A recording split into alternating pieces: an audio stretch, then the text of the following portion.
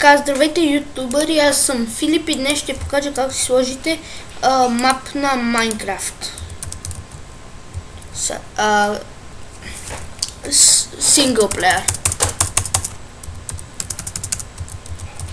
Влизате Майнкрафт, Download Minecraft Maps и си избирате, нали, от тук. Примерно аз цъкам на първото, винаги първото цъкайте. Така. Бавен ми е, ако не казах нета ми нещо. Ето, примерно ще свалиме футболния стадион.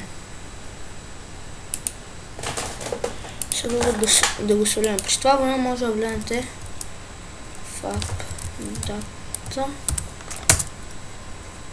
Стопирам докато се изтегли. Ще паузирам после. Така, върнах се, не се изтеглило, но влизате в apdata.minecraft и е тук. И тук ви е URL-да. И трябва да изтеглите този URL и да сложите новия,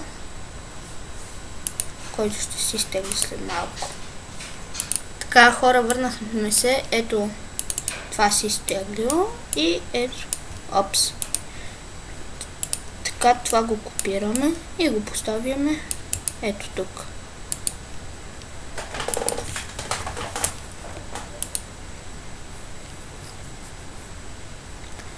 Кажете, ако искате за някакви уроци още. Така.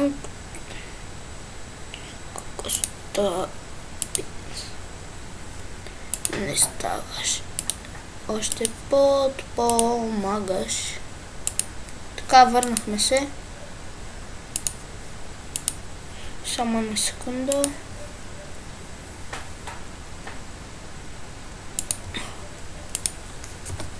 Така, върнахме се. Ето, стана.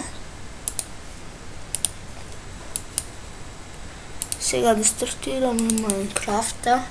В следващия епизод, в следващия път, като правя клипче, си рекламирам сервера на Майнкрафт, който е за 1.5.2. Има малки проблеми, но почти всичко е направено по него.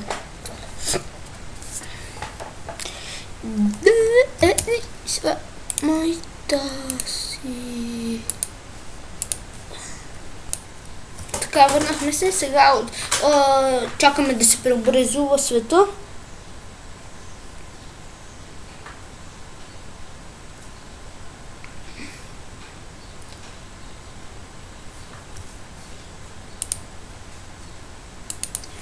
Хора, разбрахме, че този world няма да стане. Затова ще свалим друг.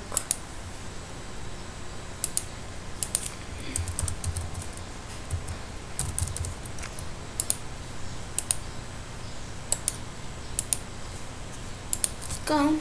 И този път аз няма да свалям. Защото вече не искам. Примерно сваляте си някой мапи. Независимо какъв е. Сваляте и то да е. Сваляте го и отивате в апдата.